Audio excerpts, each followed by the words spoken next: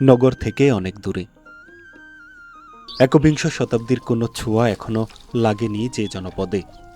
জীবন যেন বিংশ শতাব্দীতেই আটকে আছে। আপনাদের নিয়ে যাব তেমনি এক জনপদে। বর্ষায় প্লাবিত হয়েছে চারপাশ। বাড়িগুলো যেন জেগে ওঠা দ্বীপ, যেন রংতুলিতে আঁকা নান্দনিক কোনো চিত্রকল্প। শুকনোর পায়ে হাঁটা রাস্তা এখন জলে থই থই। নিত্যকর্ম সম্পাদনে নৌকায় এখন বড় হাতিয়ার। এই জনপদে কুটুমের আপ্যায়ন হয় 16 আনা। এখনো দুধ ভাত না খাইয়ে অতিথি বিদায় হয় না। এটা হচ্ছে ভুট্টা। হ্যাঁ, ভুট্টা।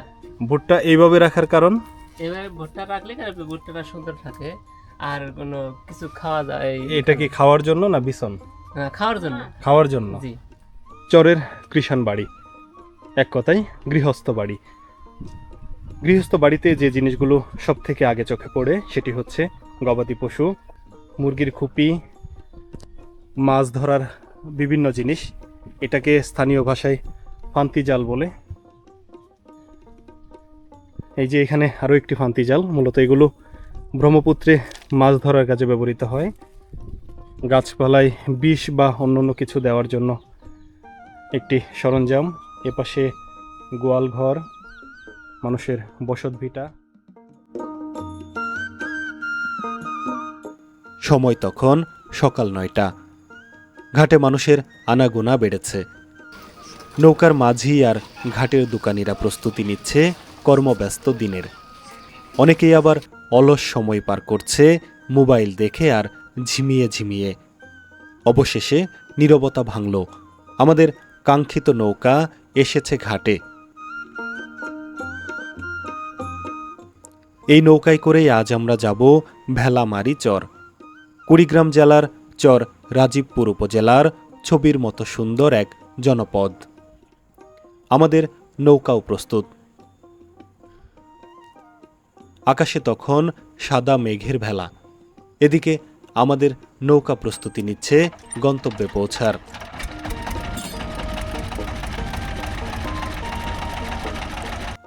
আমাদের মাঝি নৌকা স্টার্ট করলো, চলতে থাকলো নৌকা। এই চরে যেতে হলে আপনাকে বাংলাদেশের যে কোনো প্রান্ত থেকে আসতে হবে কুড়িগ্রাম জেলার রাজীবপুর উপজেলায়। তারপর অটোয় চেপে শেলো নৌকার ঘাট। সেখান থেকে 1 ঘন্টার নদীপথ পেরিয়ে পৌঁছবেন ভিন্ন এক জনপদে। যে জনপদ আপনাকে মুগ্ধ করবে তার নৈসর্গিক সৌন্দর্যে। চর মানে অনিশ্চয়তা। কিছুক্ষণ আগে যেখানে সাদা মেঘের ভেলা ছিল, সেই আকাশ এখন ঘন মেঘে ঢাকা। ঘন মেঘকে সঙ্গী করে দ্রুত গতিতে এগিয়ে চলছি ভেলামারি চরে।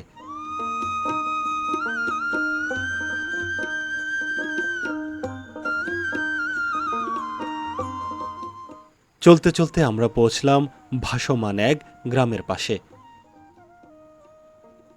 এক পাশে ছবির মতো সুন্দর গ্রাম, অন্য পাশে নদীপথ।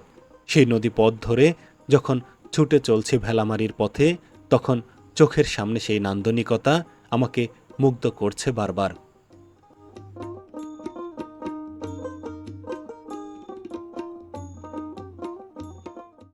ঋতুচক্রের সাথে পরিবর্তিত হয় চরের প্রকৃতি। বছর ঘুরে এখন বর্ষা।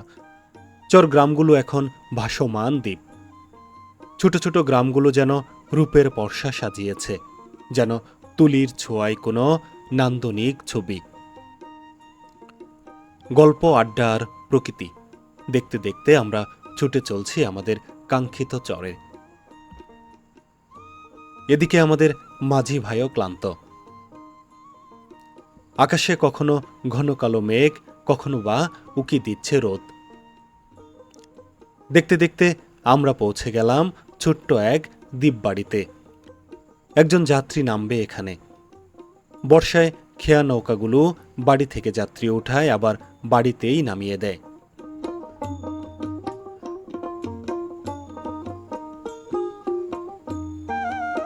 শুকনোয় যেখানে মাইলের পর মাইল পায়ে হাঁটতে হয়, বর্ষায় সেখানে নৌকা এসে থামে বাড়ির ঘাটে।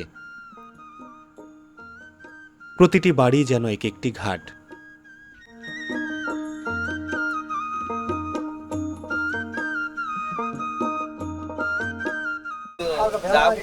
এটা পার ধর্মতে করছে আর কি। এখান থেকে আর ওই দিকে গেলে চারপাশে ব্রহ্মপুত্র নদের পানি আর মাঝখানের এই দ্বীপবাড়ি।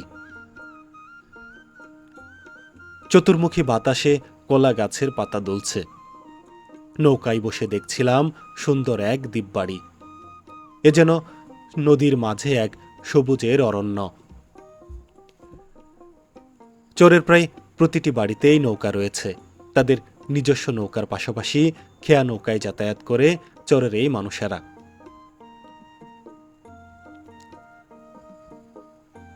বাবা এসে দাঁড়িয়েছে নদীর পাড়ে, মেয়ে আসছে পরের বাড়ি থেকে। শত কোলাহল, শত সংসার ভাঙার যুগেও এই সুন্দর নান্দনিক দৃশ্যগুলো চরে লক্ষ্য করা যায়। মেয়ে আসছে পরের বাড়ি থেকে, বাবা নদীর পাড়ে দাঁড়িয়ে আছে। নৌকা থেকে মেয়েকে নামালো, নাতিনকে নামালো। তারপর পায়ে হাঁটা পথ, সেই পথ দিয়ে যাবে আরও একটি দ্বীপগ্রামে। আমাদের নৌকা এসে থামল ভেলামারি চরের ঘাটে। শুরুতে যেটি বলছিলাম, ছবির মতো সুন্দর এক জনপদ। নৌকা যখন ভেলামারির ঘাটে, তখন অবাক হয়ে দেখছিলাম চরের প্রাকৃতিক সৌন্দর্য। নদীর গহীনে যে এমন সুন্দর জীবন থাকতে পারে, সেটি চরে না আসলে উপলব্ধি করা যাবে না। মানুষের সহজ সরল জীবন, অপরূপ সুন্দর প্রকৃতি, মানুষের দুঃখ দুর্দশার গল্প, সবকিছু মিলিয়ে চর যেন টক মিষ্টি গল্পের এক রাজত্ব। শুধু মানুষ নয়, নৌকায় করে পরিবহন হয় মালামালও।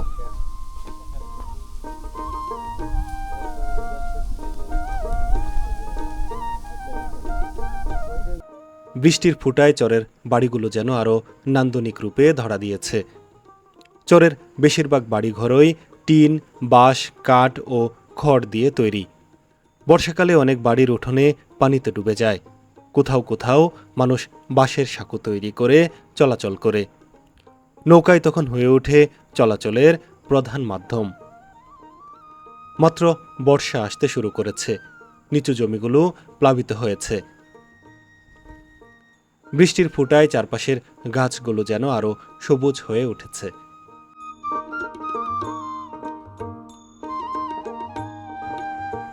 ছনের তৈরি ছোট্ট একটি ঘর, বসবাস করে বুড়া আর বুড়ি। পরিবারে অন্য কেউ নাই। উপার্জনক্ষম কোনো মানুষ না থাকায় খুব কষ্টে চলে তাদের জীবন সংসার। চরের এই বাড়িতে একটা জিনিস খুব কমন, সেটি হলো কষ্ট। আমার কাঠের সিরিয়াল গাড়ির ব্যবসা আছে, তারপরে নিজের নৌকা আছে। আচ্ছা, নিজস্ব নৌকা। আপনাদের এখানে মানে কোন ফসলটা সবচেয়ে বেশি চাষাবাদ হয়? আর ভুট্টাই ভুট্টাই সবচেয়ে বেশি। আবার এই যে পাটও দেখতেছি, পাট বা ঘঞ্চা, মানে এগুলো মনে হয় মোটামুটি। এটা আপনার বাড়ি নাকি? না, আমার বাড়ি তো নাই। আচ্ছা, একদম নৌকা বানাইতেছে। গৃহস্থ পরিবার না? গবাদি পশু, ছোট্ট সুন্দর বাড়ি, বাড়ির সামনে ছোট্ট একটি উঠান, আর উঠানে প্রস্তুত হচ্ছে নৌকা। চরের মানুষের সাথে নৌকার সম্পর্ক বহু বছরের। চরে একটি প্রবাদ আছে, বর্ষায় নাও আর শুকনোয় পাও। শুকনোর পায়ে চলা রাস্তা শেষ হয়েছে, এখন বর্ষাকাল। এখন চরের মানুষের একমাত্র মাধ্যম এই নৌকা। তাই তো চরগুলোতে এখন নৌকা প্রস্তুতের ধুম পড়েছে। আমরা যখন ঘাটে উঠে এলাম, তখন ঘাটে দেখলাম নৌকা প্রস্তুত হচ্ছে। ঠিক তেমনি পাশে যখন গৃহস্থ বাড়িতে এসেছি, সেখানেও প্রস্তুত হচ্ছে নৌকা। চরের মানুষের জীবনের সাথে নৌকার সম্পর্ক বহু বছরের, তাই তো? নৌকার সাথে আপনাদের সম্পর্ক তো একদম জনম জনমের। শুকনাকালে পায়ে হাঁটা, আর বর্ষাকালে নৌকা।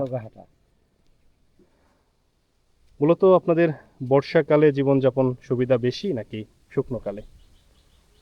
সুবিধা চরের মানুষের মনে করেন সুবিধা, ওই আমরা বেশি সংখ্যক আবাদ আমরা নিজেরাই করি। হয়তো প্রয়োজনে চলাচলের সুবিধাটা কোন সময়, শুকনোই নাকি বর্ষায়? অসুবিধা সব সময়, বর্ষাকালে ওই যে আপনার শুকনা মৌসুম, সুবিধা যেমন আছে অসুবিধা অসুবিধা ওরকমই আছে। এক খাওয়া ফেল করলে ওর কাছে সারাদিন বসে থাকা লাগে। আচ্ছা, এই বাড়িটা একদম তো গৃহস্থ অসহায়, বাড়ি না? হ্যাঁ, অসহায় বাড়ি এটা। একদম গৃহস্থ বাড়ি। এটা কিসের আবাদ হয়েছে? কুমড়া, মিষ্টি কুমড়া। মিষ্টি কুমড়া। জি। যে একদমই চরের গৃহস্থ বাড়ি। আউরিগড়ে বাঁধা গবাদি পশু, ঠিক উপরে সবজির মাচা, আর তার পাশে মানুষের বসতি। এক পাশে মেঠু পথ, অন্য পাশে নদীর ছোট্ট নালা, আর মাঝখানে যে শুকনো জায়গা, সেখানে বসতি গড়েছে চরের মানুষ। বাংলাদেশের চরাঞ্চলের মানুষের জীবনে অতিথি আপ্যায়নের একটি বিশেষ ঐতিহ্য রয়েছে। সীমিত সামর্থ্য থাকলেও তারা আন্তরিকতা দিয়ে অতিথিকে বরণ করে নেয়। চরবাসীর কাছে অতিথি শুধু একজন মানুষ নন, তিনি সম্মান ও ভালোবাসার প্রতীক। প্রথমবার দেখা, কিছুক্ষণ কথা আর চরে একটু ঘোরাঘুরি, তাতেই কামাল ভাই আমাদের আপ্যায়ন করে বসেছে। দুপুরের দাওয়াত, তার বাসায় খেতেই হবে। অনেক চেষ্টা করার পরও এই দাওয়াত কোনোভাবেই পাশ কাটিয়ে যেতে পারলাম না। তবে ভাইকে বলে দিয়েছিলাম সামান্য আয়োজন করতে হবে, আয়োজনে যেন খুব বাড়াবাড়ি না থাকে। ভাই কথা রেখেছে। তার পালের মহিষের দুধ, নিজের উৎপাদিত চাল আর নিজের বাড়ির আশেপাশের কলা, এ দিয়েই আমরা সেরে নিলাম আমাদের দুপুরের খাবার।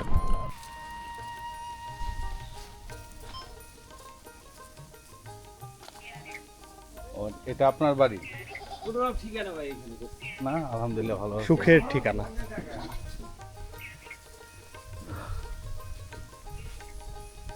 ভাইয়ের পিছু পিছু আমরা তার বাড়িতে প্রবেশ করেছি। কত সুন্দর এক বাড়ি, দুই পাশে নদী, বর্ষাকালে পানিতে টইটম্বর। নদীতে এখনো পানি বাড়ছে, তাই তো ধীরে ধীরে চরের পথ ঘাট, নিচু জমি প্লাবিত হচ্ছে। অল্প সময়ের দেখা আমাদের, সেই অল্প দেখাতেই অল্প পরিচয়ে নিয়ে এলো বাড়িতে। মাত্রই দেখা হইলো, ঘরে নিয়ে আসলেন। আমরা তো সাথে কিছু আনতে পারলাম না, তাহলে এটা কেমন হইলো? না না না না, ভাই ভাই ভাই, ওই পারে আমরা খাওয়া দাওয়া করে আসছি, একটু পানি খাওয়াইতে পারেন? না না না, বিস্কিট না, বিস্কিট খাবো না, বিস্কিট। তাহলে ভাইজানের মহিষ কয়টা আছে? আল্লাহর মাল 6টা। তো মাশাল্লাহ বেশ মোটা তাজা। মহিষ কি অনেক আগে থেকেই লালন পালন করেন? অনেক আগে আমি মনে করেন ছোট থাকতে মসজিদ খেতে পারতাম। ছোট থাকতেই? মনে করেন 74 হালের আগে করে।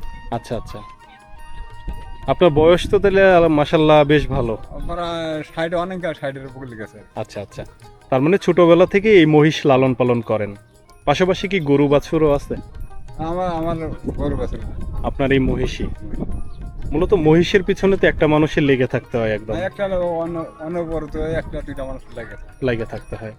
আপনার পাশাপাশি কি আপনার ছেলে মেয়ে বউ সবাই মহিষ দেখাশোনা করে? হ্যাঁ, দেখাশোনা করে। সবাই দেখাশোনা করে। মহিষ কি দুধ দেয় এখন? কেমন কত? এইটা দুধ দানা বেশি, হ্যাঁ অল্প দেয়। এই বাচ্চা বড় হয়ে গেছে তো। আচ্ছা আচ্ছা আচ্ছা। মহিষের দুধের দাম কেমন আপনার এই এলাকায়? মহিষের দুধের দাম না তেমন না, তো তরকারি হিসাবে তেমন দাম না। খুব বেশি না। কত, 80 টাকা? 80 টাকা, 80 টাকা সাদা চাল। মূলত মহিষ লালন পালন লাভজনক নাকি হ্যাঁ, গরু পালন? লাভ আছে, গরু পালির লাভ আছে, মহিষ পালির লাভ আছে। মহিষেও লাভ আছে। এখন তো ঘাসের সংকট, হ্যাঁ। চারপাশে পানি, মহিষ কিভাবে পালতেছেন এখন? এখন খুব কষ্ট করেই পালতেছি। এখন কষ্ট হয়ে গেছে। যখন ঘাস থাকে তখন খুব একটা কষ্ট হয় না, কষ্ট হয় না। এখন তো ঘাস কাইটে আনতে হয়। হ্যাঁ। এই আপনার কি কাইসে টাইসে কাইটে আনছেন দেখতেছি? হ্যাঁ, খাই থেকে ডান্সে চড়ে গেলে চর থেকে কাইটে নিয়ে আসছেন। 6টা মহিষের পেট ভরানো তো কঠিন ব্যাপার, কঠিন ব্যাপার। কঠিন ব্যাপার। এই যে মনে করেন কালকে আনছি, আজকে খাইতেছি, কালকে খাইছি, আজকে খাইবো, ফের কালকে আনবো। আচ্ছা। আমরা যে চরে এসেছি, সেই চরে এসে দেখা মিলেছে এক কৃষি উদ্যোক্তার সাথে। কৃষি উদ্যোক্তা বলতে খামারি।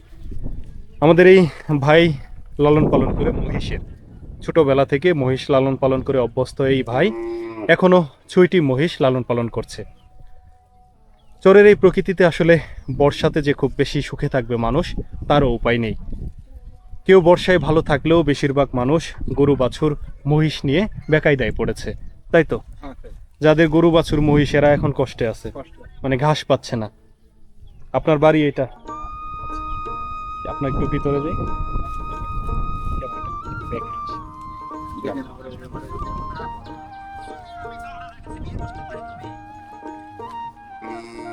কোনটা এটা গুতা দেয়?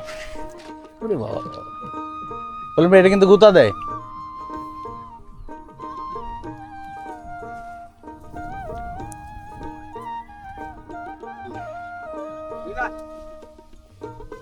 রাগ বেশি যে আসলো কেন?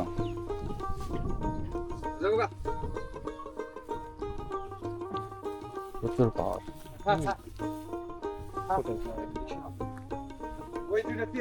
না না না না, বলবো না, বলবো না।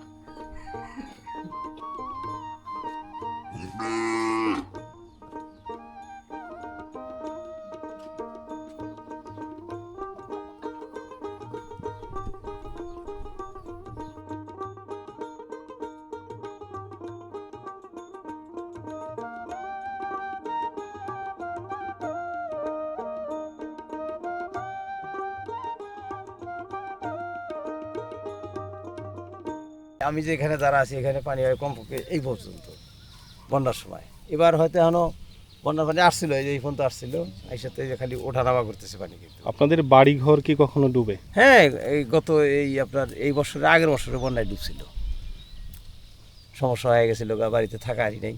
এই যে তখন তো গরু বাছুর নিয়ে আপনারা মনে হয় ওপার উঁচু জায়গায় চলে গেছিলাম আমরা। উঁচু জায়গায় পানি আসলে কতদিন পানি থাকে এখানে? ঠিক নাই, 2 মাস 3 মাস 2.5 মাস 4 মাসও থাকে। এই লম্বা সময়টা আপনাদের? লম্বা সময় ওই ওই যখন পানি তো আবার ওঠানামা করে যায়, হয়তো দেখা গেল 1 মাস পানি যখন এসে খুব বেশি হয়ে যায় তখন আপনাদের চলে যাওয়া অন্য হয়। জায়গায় চলে যাই, আর যখন কম হয় আবার বাড়িতে আসি।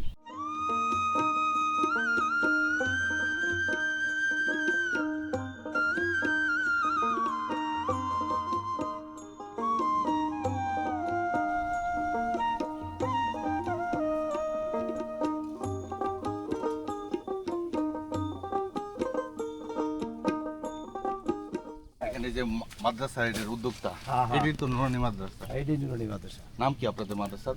এটা হলো ভেলাবাড়ি নুরানি হাফিজা মাদ্রাসা। কি আছে কেনারা? এই এলাকায় এই পাশটাতে মসজিদটা এই একটাই? হ্যাঁ, এই পাশে একটাই। এই পাশে একটাই। মূলত দুই পাশেই নদী। বড় ভাই না নামলেন আবার কই গেছে? আপনাদের পরিবেশ সুন্দর হয়েছে। করতেছি আর এই চরের মধ্যে যে এরকম একটা প্রতিষ্ঠান, এটা আসলে উদ্যোগ নেওয়াটাও অনেক বড় ব্যাপার। ছাত্রছাত্রী আছে এখন? না, সব ছুটি আজকে শুক্রবার। আজকে ছুটি, মানে এইখানে তো মোটামুটি মানে এই এলাকারই পোলাপান নাকি? হ্যাঁ, বাইরেরও আছে, বাইরেরও আছে, বাইরের গুলো ঢুকছে। বাইরেরও আছে। বাইরেরও 27 জন ছেলে লোক এখানে আছে। ঢুকছে। চিলমারি আর গাইবান্ধা এই সাইডে। খরচ কেমন হয়েছে আপনার এই নৌকা? ভেলামারি চর কুড়িগ্রামের রাজীবপুর উপজেলার এক দুর্গম চরাঞ্চল। মূলত ব্রহ্মপুত্র নদ দ্বারা বেষ্টিত এই জনপদ বর্ষাকালে অত্যন্ত বিপজ্জনক চরের এই মানুষের কাছে। বর্ষার চর তাই অপরূপ সৌন্দর্যের প্রতীক। অন্যদিকে সংগ্রাম আর সাহসের এক জীবন্ত গল্প। প্রকৃতির সঙ্গে লড়াই করে চরবাসী তাদের জীবনকে এগিয়ে নিয়ে যায়। বছর ঘুরে বর্ষা আসে, চরের পথ ঘাট নিচু জলাশয় জলেতে ডুবে যায়। সেই চরের অপরূপ সুন্দর প্রকৃতি আমরা মুগ্ধ হয়ে দেখছি। বাংলাদেশের এমন প্রত্যন্ত এক জায়গায় যে এত সুন্দর জীবন আর জীবনের গল্প রয়েছে, সেটি আসলে ভেলামারিতে না আসলে বোঝাই যেত না। কি অপূর্ব এক চর, কি সমৃদ্ধ তার গল্প, কি সমৃদ্ধ তার মানুষ আর মানুষের গল্প। প্রিয় বন্ধুরা, আজকের মতো বিদায় নিচ্ছি এই ভেলামারি চর থেকে। বর্ষার ভেলামারি চরের পাশাপাশি আমরা আপনাদের দেখানোর চেষ্টা করব শীতকালের ভেলামারি চর। প্রিয় বন্ধুরা, পরবর্তী ভিডিও পর্যন্ত সুস্থ থাকুন, ভালো থাকুন। দেখা হবে নতুন কোনো পর্বে, নতুন কোনো চরে। আল্লাহ হাফেজ।